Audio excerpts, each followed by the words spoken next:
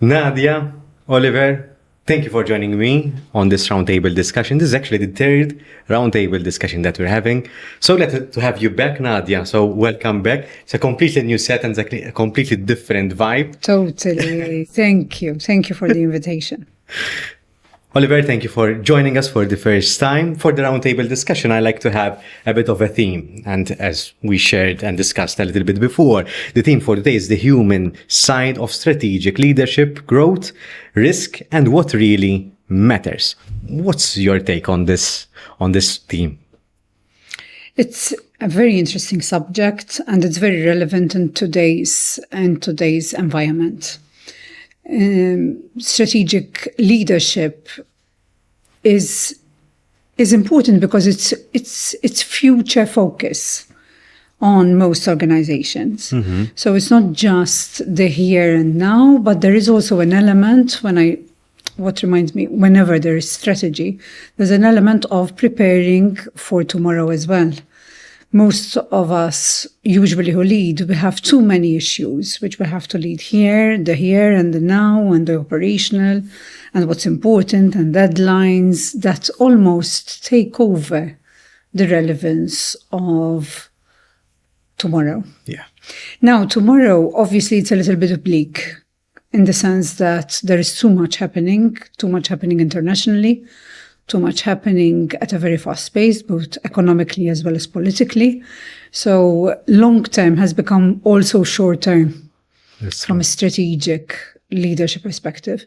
So now leaders really need to learn, to adapt, to pivot very quickly, and to embrace whatever is going on in the outside world without losing the focus on the current presence. So those are the first few thoughts that come to mind. Mm-hmm. Nadia, because many times you are drained with day-to-day issues, which do not give you time to reflect, to think, and to prepare for the challenges or opportunities that you may have in the near future or more long term. Mm-hmm. And sometimes we tend to get sidetracked anyways because of the firefighting that Oliver mentioned, because what's tangible is what we have, the problem that we have, the problem that we need to solve at our hand right here, right now. Whereas the strategy is a bit future focused and it's not really tangible.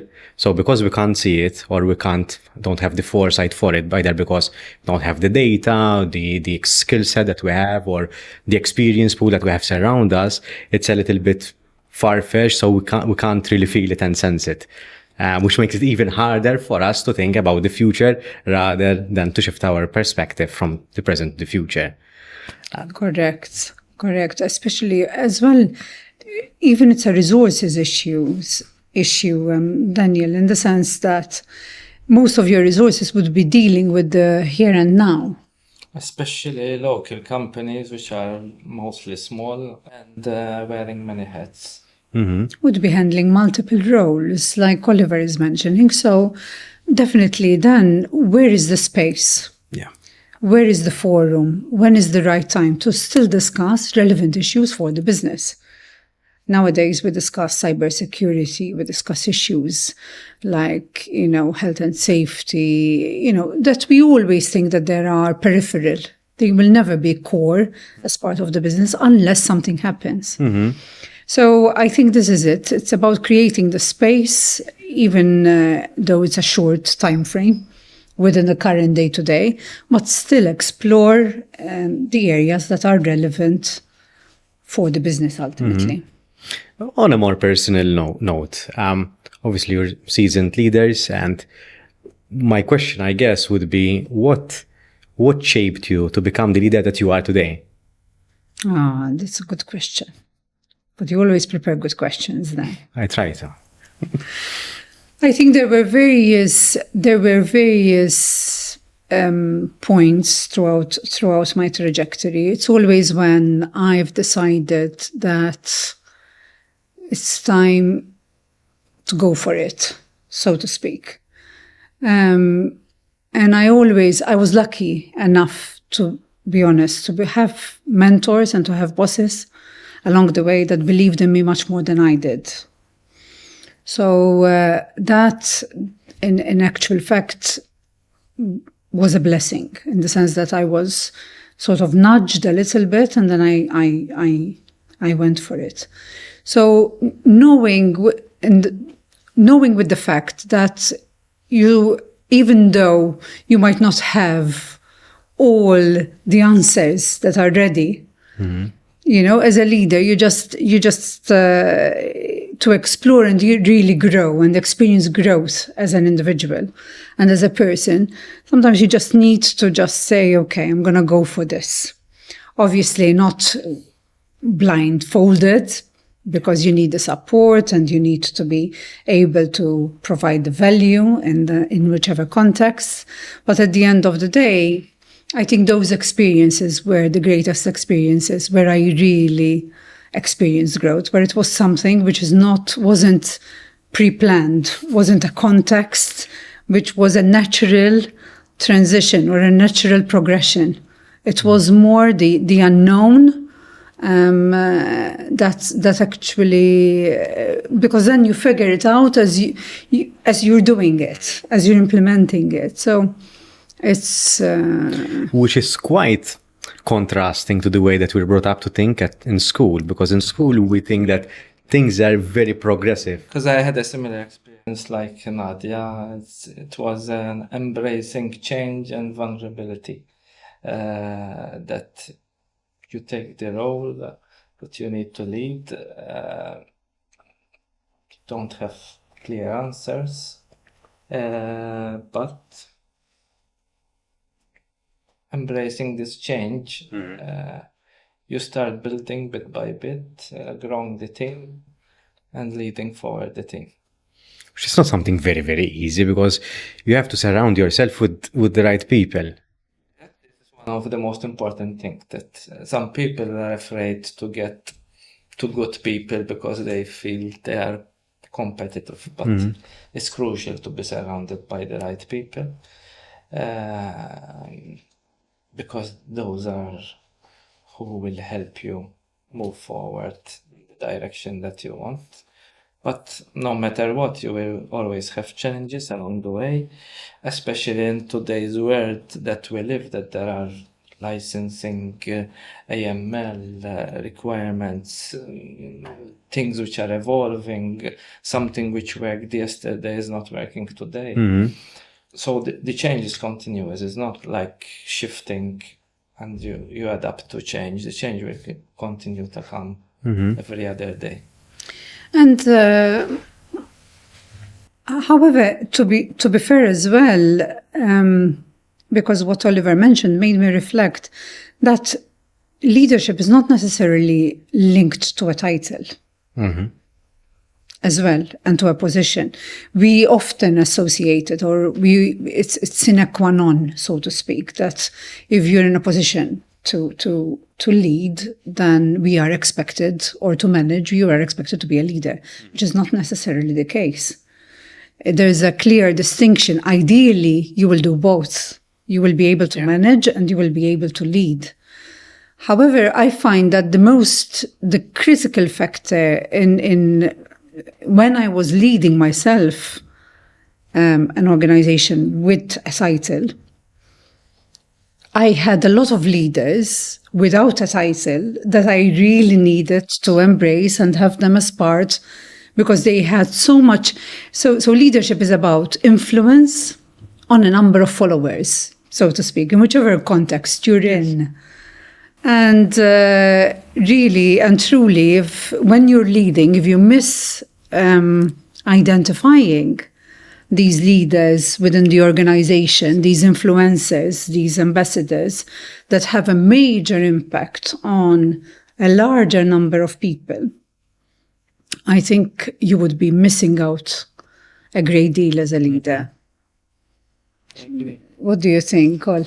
And Nadia had the opportunity to lead a much bigger firm where you had hundreds of people. So when you are on a smaller team, of course, you will have less people who are the that you need to influence. Yes. That would be the key drivers. But yet the same principles still apply. And the things that you can champion on are quite different as well. In smaller companies, usually people champion on the culture and the close proximity that people tend to have in terms of relationships. On this concept, Oliver, on the concept of growth, how has the term growth changed for you along your career from your early stages till today? When you're younger, because now you're no longer that young, you're more keen and you want to have a promotion, you are doing a diploma, it's more external. When you grow, it's more internal, that you are learning from your own mistakes, adapt to these changes, how to move on and grow rather than continue to focus you want the new title, or you want the promotion, or you want an increase in salary. Similarly to what Oliver is mentioning, by the way, I think we're still young. I know we share the same. I know we share the same. We are coming from the same cohort. Yes. So we're hybrid. Let's say we're hybrid. But I share the same sentiment that Oliver. I think in the beginning it was more from my experience, my growth was more vertical, so to speak. You want to reach obviously a better salary, promotion, going up the ladder. Yeah. Now it's more horizontal. Also because of the role that I do, because I serve as a non-executive director on a number of boards, so the breadth needs to be much wider on a number of different themes and important discussion points, from finance to organizational structures to compliance to different aspects like Oliver mentioned. So growth becomes more wider, so to speak, and also and that I find that also more intriguing, because I was going to ask why that shift in mindset happens. Why does it become more intriguing? Because at the end of the day, there is so much, at least from my experience, and there is so much I would like to learn. In a specific time frame. Okay. So somehow time in our hybrid age group, it becomes a little bit more relevant. Okay. In the sense that you would have, all right, you start peaking, so to speak. You still want to provide a lot of value. So how you can provide value on... you become more of a generalist, because that is how you can, especially for the things which we mentioned in the beginning, to be able to be relevant in different matters. So being a specialist, unless you're specializing in a particular... There are people who specialize in sciences, for example, and they just go into one area and continue specializing in one area. However, I think it's at least that's how growth has shifted for me, because I still feel I need, and I would like to, I would like to learn more. There are more interesting things that I can learn and I can provide for my clients and for my stakeholders and for myself to be able to share more knowledge. And how do you stay grounded in this process? Because obviously being so in touch on the horizontal level, if you're in touch on a horizontal level into so many things, then your mind has to shift from one thing to another. So in a vertical trajectory, it's one thing that leads to another, and there's sort of a link. But in a horizontal spectrum, there is not usually a distinct and clear link. How do you stay grounded?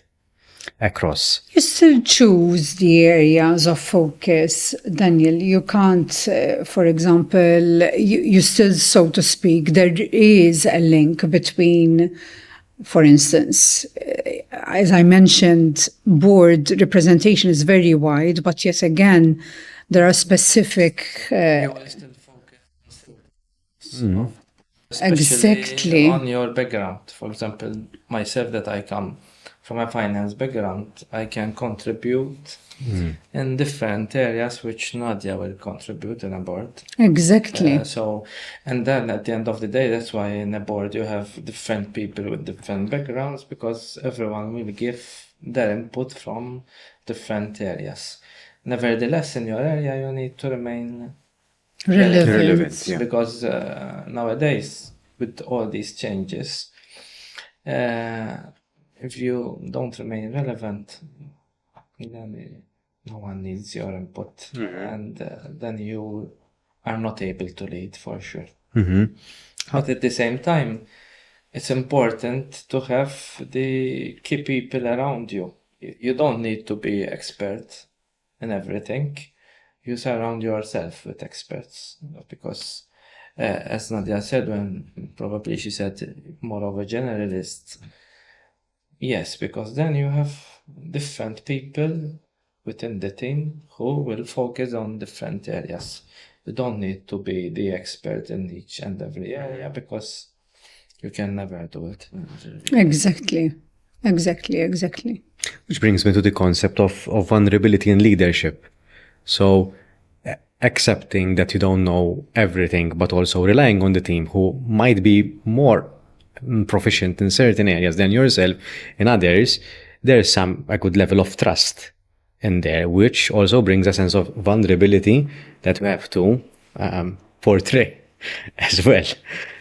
Whilst at the same time, keeping in touch with what's happening in the market, with other industries, within our industries, with our competitors, for example. How is it done? How is it balanced? Vulnerability sometimes is mistaken with weakness. It's true. It's fine to be vulnerable in a sense that you learn from your mistakes. And as a leader, it does not mean that you have all the answers. Sometimes, at least at the office, I feel that everyone is bombarding you the whole day with questions, and they expect that you are the dictionary, whatever they ask you, you have all the answers. The reality is not always that. Nowadays, ChatGPT. They expect you to be their personal ChatGPT. They can ask ChatGPT itself. Exactly. I mean, sorry, Oliver, you were continue saying. No, go ahead. It's a very fine act for leaders. I see it from a female version perspective. I remember that, even when leading in a board, etc., there is still an underlying assumption that as women leaders, we are more emotional. Thus, hence we are more vulnerable as leaders. This is a perception, obviously, but this perception still exists, and still we still need to overcome it. In some circumstances more than others. Yeah. Some traditional circumstances, there's a typical style more than others, where vulnerability, there's no space for it. Yeah. There is only space for answers, clear answers, and so on and so forth. Whereas in other contexts, in other areas, and then with other clients, there is more openness, even with different cultures, for example, or cross cultures. So I think it's a thin, fine line. Whenever that vulnerability is shown from an assertive distance, then it's more accepted. Whereas if you're vulnerable from an emotional state of mind, then it becomes a little bit more complicated to control it. I'm not sure if I'm being understood. Let me try to mirror what you're saying, Nadia, because to me, what you're saying sounds like ownership. So whether you take it from an emotional point of view or a rational point of view, the more you own it, the more you own that vulnerability. Say, listen, it's true, I'm not very good at math, so I'll try to find someone else who can help me with that. The way I said is that it's okay, I'm not good at it, so I find someone else to help me. So I'm owning that I'm not good at something, but I need help from someone else. It's not coming from a weak place. It's coming from a matter of fact. Yes. But so that is it's more from a position of strength. Yes. Whereas if you continue dwelling on it and continue saying the story about why you're not good at maths, just to continue with the example, then obviously you start sending the wrong messages and you start communicating something which you don't want. You don't want the response for. Yeah. So it's a right way of putting it, that you need to own it first to be able to express it in a way that doesn't confuse the audience and the recipients. Something that I observe as well with my work with different companies is that because vulnerability has become like a buzzword, and I think we're misusing it or misunderstanding it. Vulnerability, it has to come from a place of ownership rather than a place of naivety. Just being vulnerable for the sake of vulnerability doesn't really work well. And we can overshare, we can overtrust sometimes, and we might put ourselves in danger without even realizing. So that's why I mentioned ownership, because if we own something that we're not really good at, and it comes from a place of strength, we can communicate that. Not sure what you think, Oliver, about this. And the most important thing is that if there is an area that, with your example, you're not good at maths, you need to make sure that you find the right people who will support you in the decisions that you need to take, or to explain to you the math part of it. Because then you have the other parts that you are strong or you have experience in. So being vulnerable is fine as long as you realize that you are vulnerable in that specific area and you take the necessary actions to cater for that vulnerability. I think, just to continue with the same example, which is probably the wrong example of math or finance or whatever the subject matter is, how as a leader you still need to know where you need to land, right? So what's the outcome? What does it look like? Obviously, you're not an expert in this case, and you don't know the how. You don't have it clear. And that's why you bring your experts and your people and the people around you to support you. So I think what the skill over here is as well asking the right questions to ensure and to make sure and to show also the rest that you know the top line and you're above the situation. Maybe you don't have the details and you're missing the details of how to get there. But with intelligent questions and with probing, you would make the others understand and you would communicate clearly that, listen, I know where I'm getting to, so I'm asking those challenging questions to be able to understand and make sure that the process is correct. And that you still own the process. Exactly. Because sometimes you have people Exactly. who are happy to delegate, but then have no idea what happened. Correct. Whereas, on the other hand, if you delegate, you're expected that you still know how things are developing, what actions have been taken, because as Nadia said, you know where you want to end. Yeah. So if you delegate, you still want to know what steps have been taken to arrive where you want. So in a way, what you're saying, Oliver, is that you're still the owner of the task. You just gave ownership to someone else to do it either in your stead or to support you in something, but ultimately you're still the owner. Yeah, Okay. Which is quite counterintuitive in a way. True, but then at the end of the day, if the buck stops with you and you're the final decision maker, you need to be able to own that process. You need to be able to understand from a high-level helicopter view of where you would like the ultimate outcome. And if you're asked those questions, that your team would have actually the answers for it as much as possible, obviously. And sometimes we do have to make tough decisions which impact people's lives, obviously, because we're operating in a company.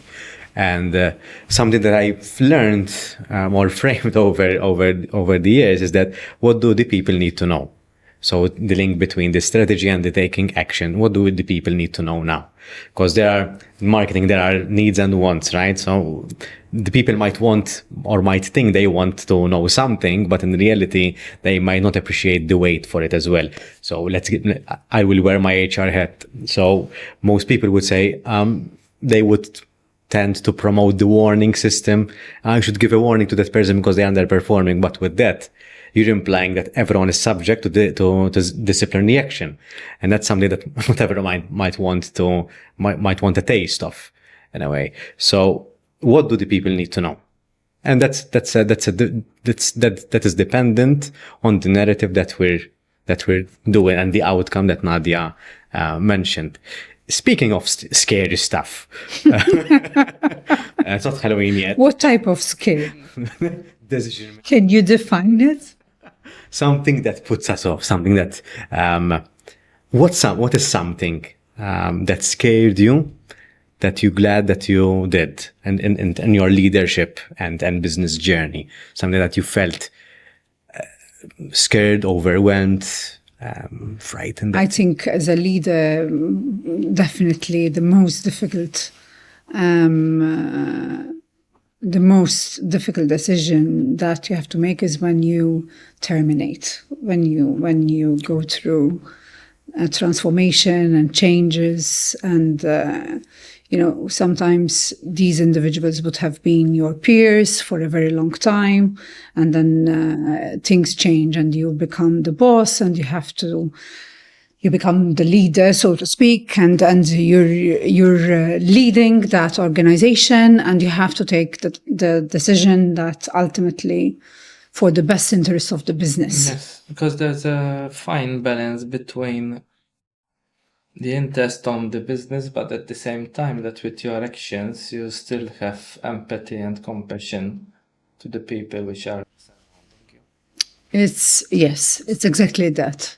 So I think those are the most, honestly, they weren't the commercial decisions or the other decisions. They were other tough decisions, There was a relocation which I had to do in 6 weeks, for example, of the whole operation for a certain aspect. There were tough decisions which had to be taken.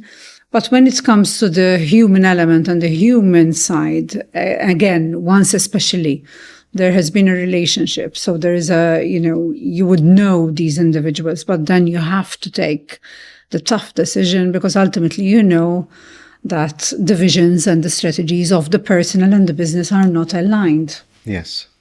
Those are in my opinion, in my trajectory, were definitely the toughest. And from my clients, from my experience, I think there are parallels there, especially for companies that have been in operation for a long time. They've been in business for 10 years.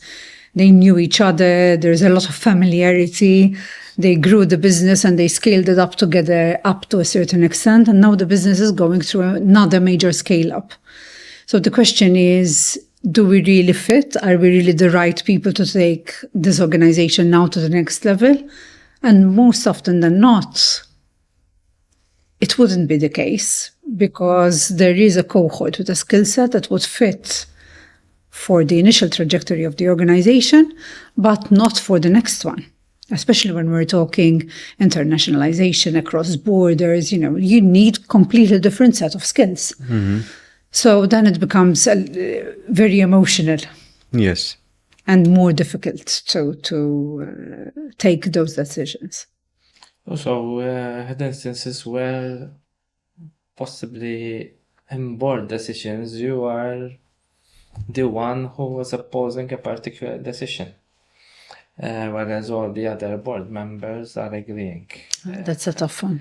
Nevertheless, if you believe that your decision is not based on emotions but based on the correct understandings and facts, then you will still stick to your opinion and your conclusion, no matter that all the other members might disagree with you.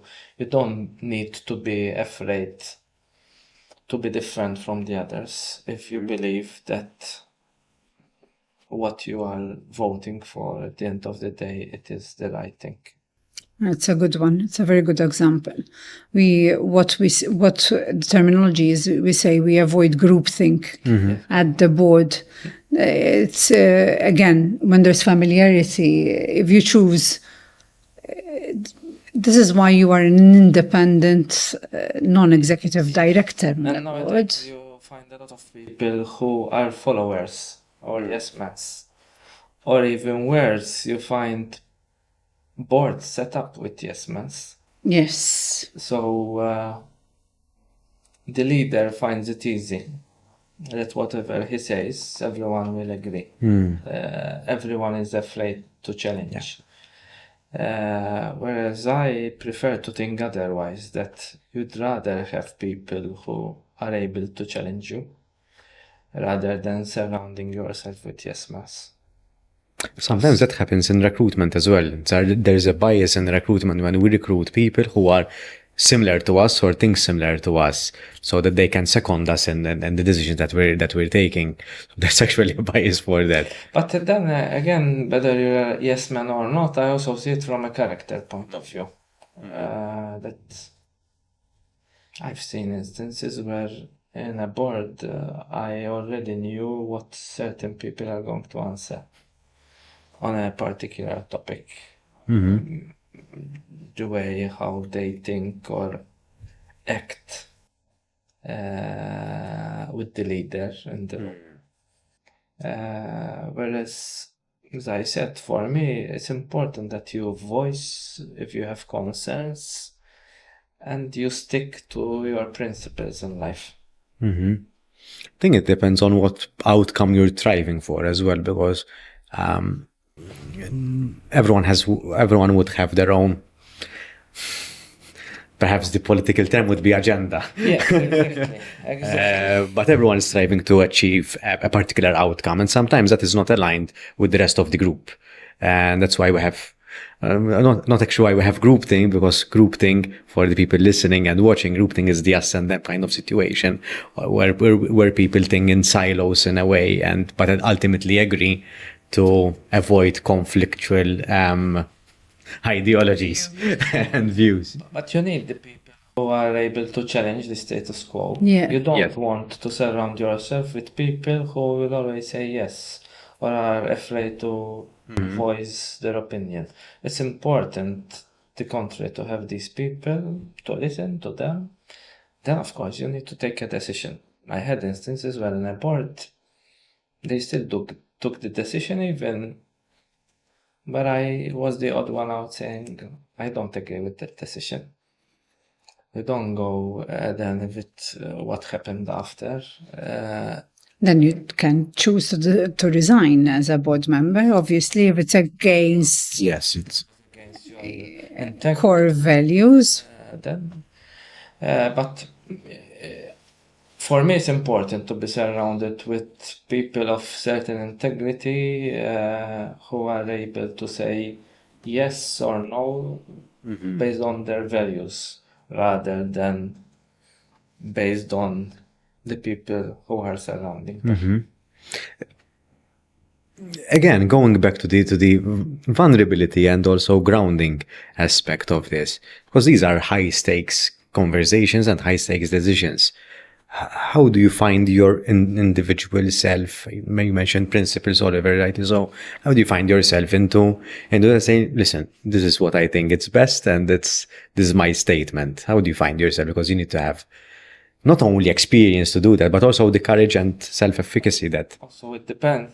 Like, I think some people, let's say, for example, if you have only one job, you're bored in this company, and your income, it depends only on that. So you're more cautious what you say and what you do, because you are dependent on that, even though you might be the independent member in the board. So the individual also makes A difference. in my opinion.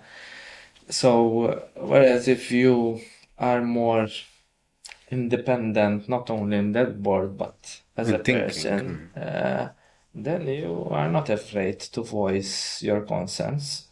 And you should not be afraid to voice your concerns, because at the end of the day, you're there as the individual, not to just follow whatever the others are saying.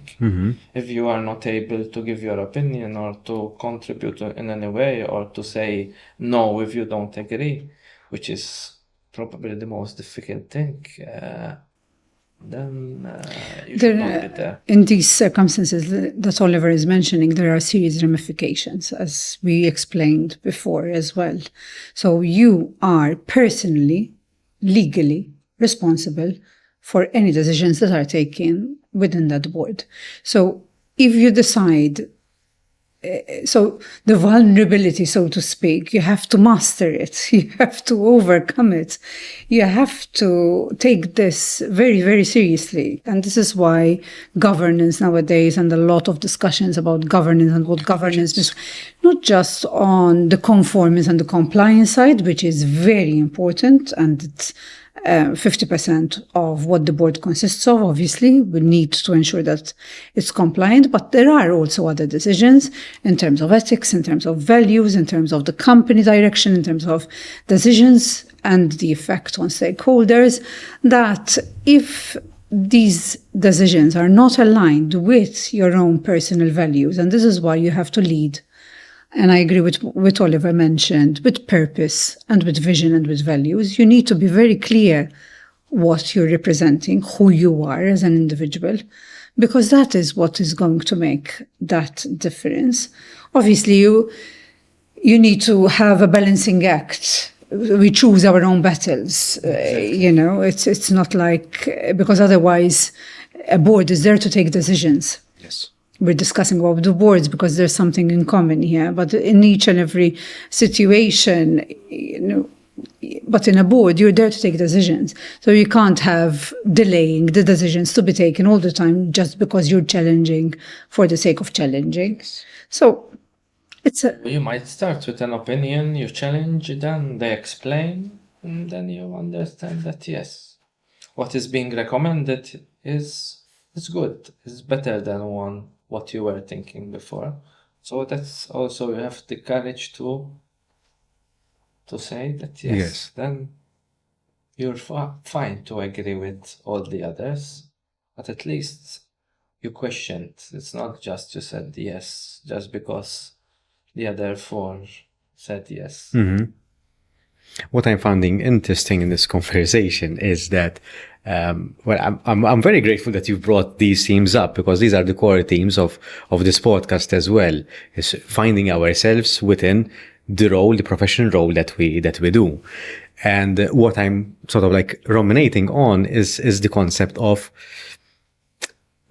how do we find ourselves not in this concept, because I've already asked that question, but in school, we are not made to think in this way, and very few places teach us these kind of skills of introspection and to dig deep to finding who we are and what we want to represent or who we want to become. These are not typical questions that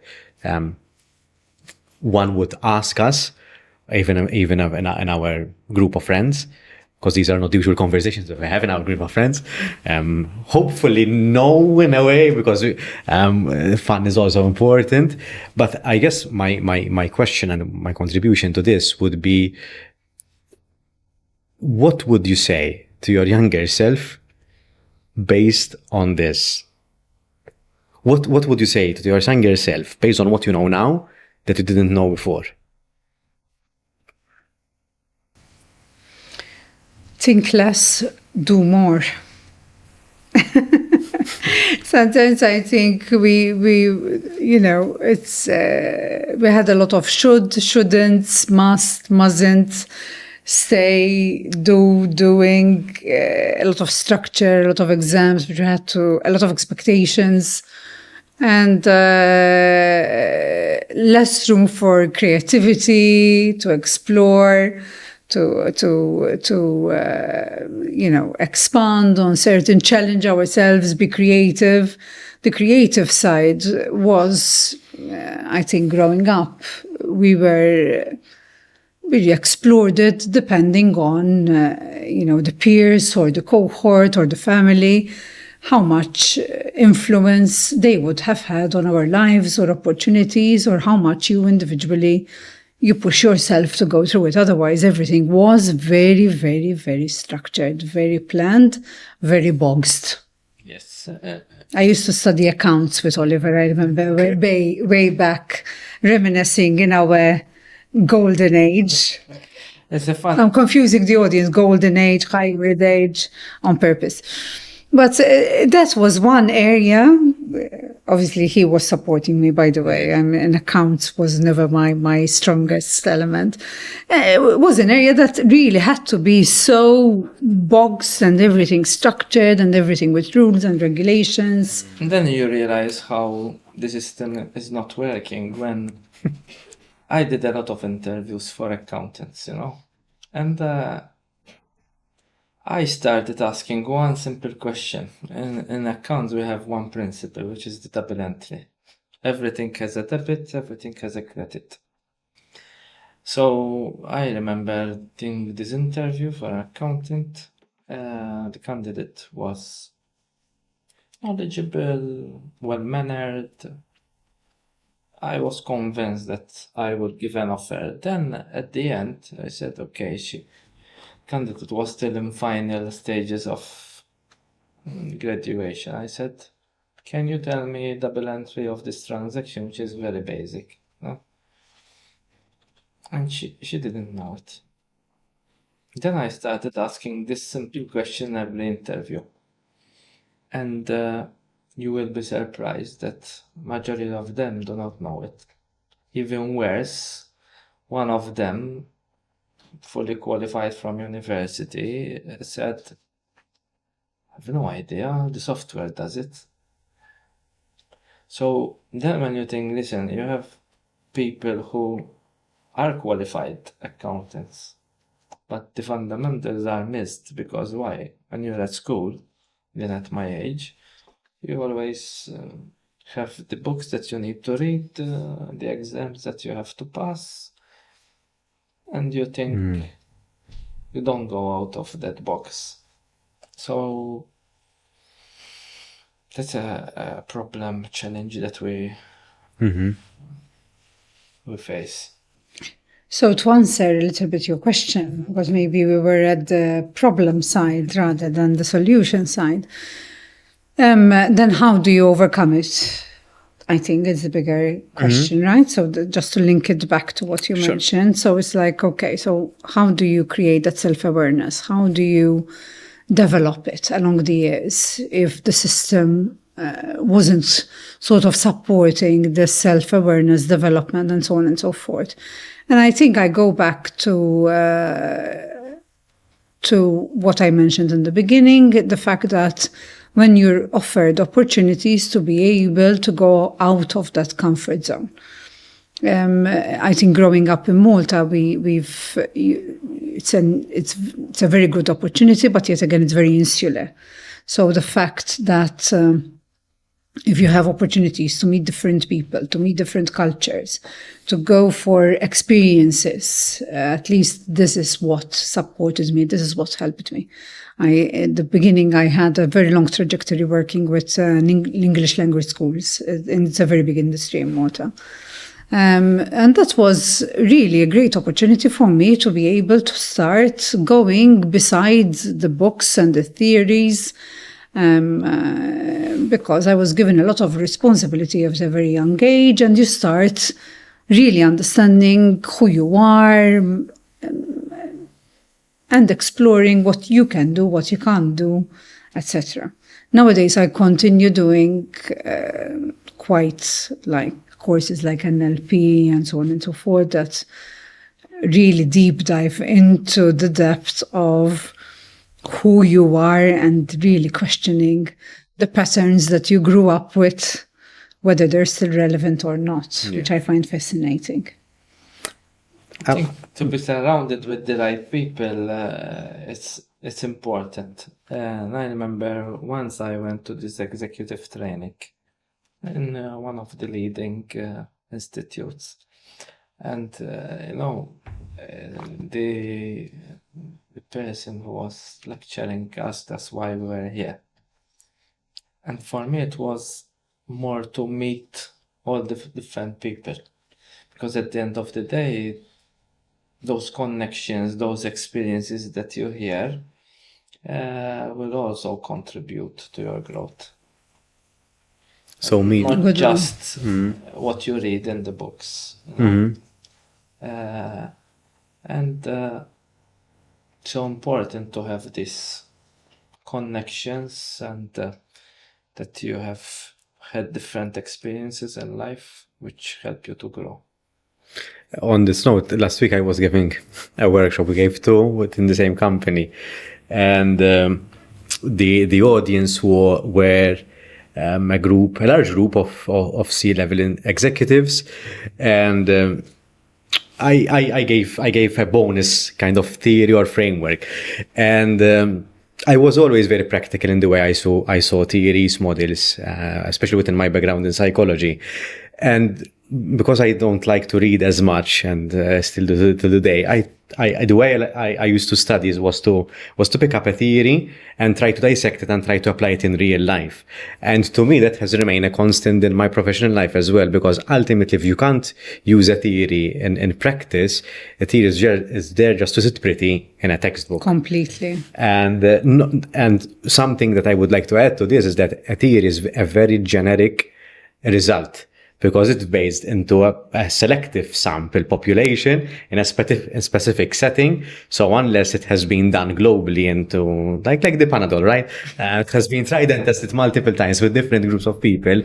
It's there to serve. It's good, but it's very generic. So I have to understand its aims, its objectives, and try to apply it into our own kind of situation. So, which brings me to your example that the software does it for me. Yes, but you have to understand the concept and why the software is providing us with that information. And earlier, Nadia, you mentioned ChatGPT. ChatGPT is an amazing tool. I'm a user as well. But you need to understand the concept behind it.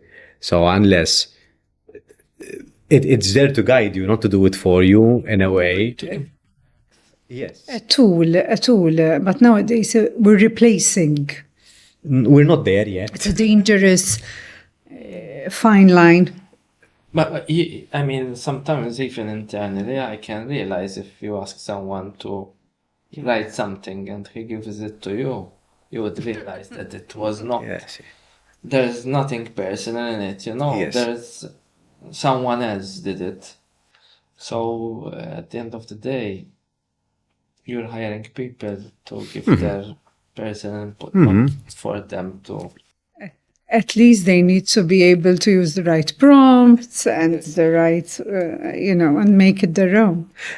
I mean, it's the experience. Let's pick the podcast, for example. could have generated a number of questions, which I did so that we can have a good conversation. But then the delivery has to completely change and to be adaptive in a way that you need to develop the skill to improvise. In this case, you just, no, the first question done. It's useless to go next one. It's useless to do it like that. And same goes with ChatGPT. Even if you're doing an assignment. So for the young audience who is listening to this podcast, it's okay it's okay to use technology to support you, but ultimately you need to walk the talk. It's a good tool to have. 100%. You need to use it, but In an intelligent be way. afraid to put your personal part in it. Blended. Speaking of young people, Oliver, what do you look for when you're hiring new recruits? Depends on the role, right? In terms of attitude. No, joking apart, of course, the role makes a big difference, but apart from the knowledge and experience, the character is crucial. You can have the smartest person in the office, but then they will not fit.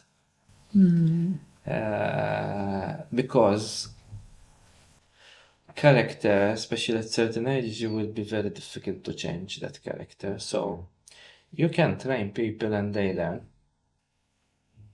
So if a person maybe is lacking certain knowledge or skills, you can train them and by time they will learn. Character, if they are used to do certain things, it's difficult.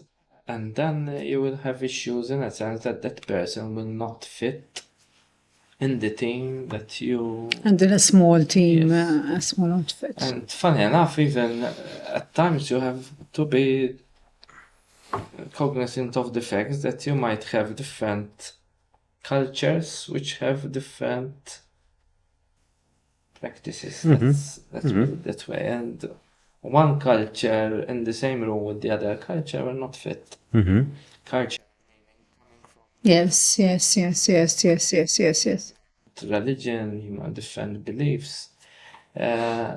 So you need to understand the person that you're getting, which role and whether that person will fit with the rest of the team. Because it's useless to get a person and then the team that you have will end up. Why is this important, going back to the theme of today's conversation, why is this important from a strategic leadership point of view, hiring the right people? Because it's the people which surrounding you will help you to go on the journey that you are leading. So if you are getting the people which do not share your common values, they will not be helping you to arrive to where you want to arrive. A leader without a team and without the right people around him or her is basically can't be even called a leader. Because you're leading, you're influencing decisions, and you're enabling the implementation of those decisions with the right team around you. It's extremely important. Without having right team, the right team for the right organization, the right context. So the right team is a little bit too vague, because what's right for one organization is not right for another organization.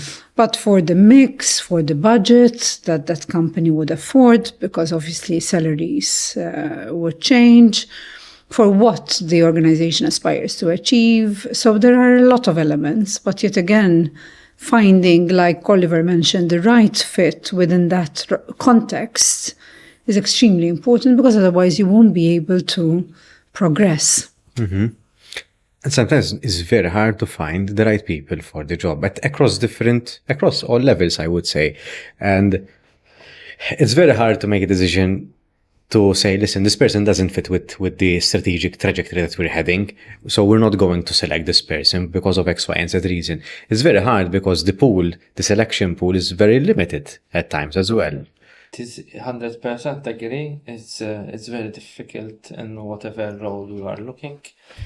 Of course, then it depends what company you are, because certain companies are able to attract more than others. Like if you go to Google, you will have queue of people who applied to work with you. Whereas if you're a startup, no one knows about you. They would say, oh, I'd rather go to Google than to this startup. So, but at the end of the day, you'd rather not hire the wrong person than getting the one which will cost you even more long term. And also something else from the employee perspective that I'm hearing is that if you're going from one job to another, you're not part of the strategic growth of the company as well, which can be demoralizing because I would think that you wouldn't get that sense of purpose. But that sense of purpose and that sense of strategic involvement doesn't come with 3 to 6 months within the company. Usually you need to spend some time with that company to see it change. Yes, totally. Definitely. And I also said it depends on what role you are after, because at the end of the day, one key element from your staff, you need to trust them. The moment that you lose trust in an employee is the moment that that employee is done. Because you cannot work with someone who you cannot trust. How would you cultivate trust with your employees, Oliver? How you cultivate, first of all, is by your actions. If you act in a way that whatever you promise along the way, you do it, or maybe it didn't happen not because you didn't want to do it, but because environment changed along the way.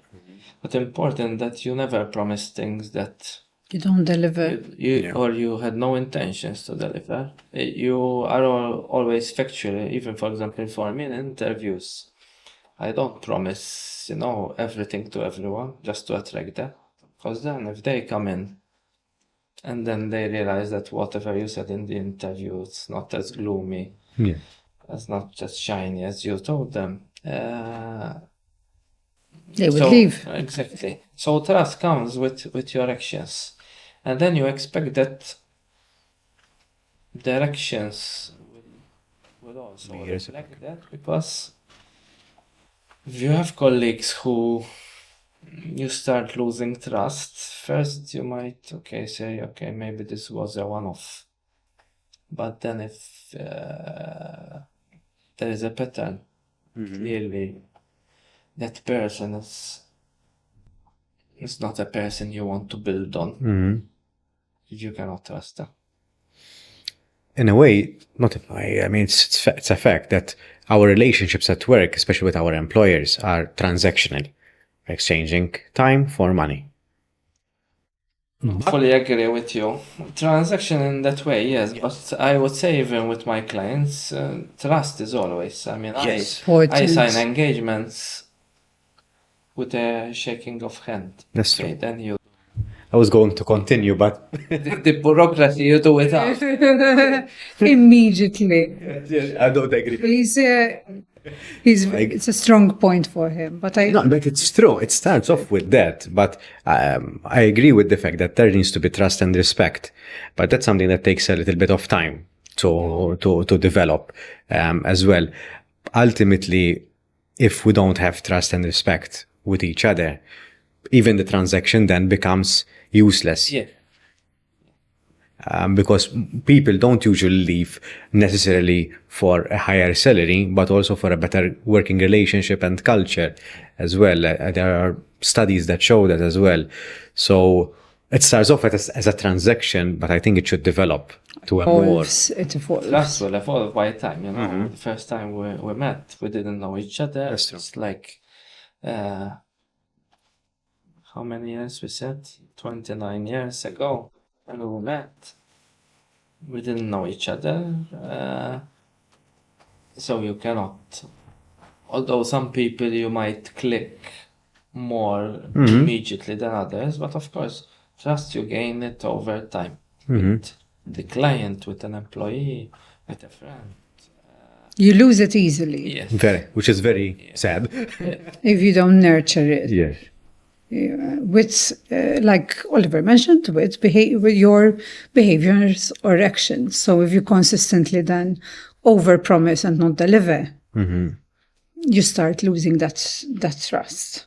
But if you stick, you stick to your word and you follow, and then sometimes you over deliver a little bit to what you would promise. I think you're authentic with everyone. Client.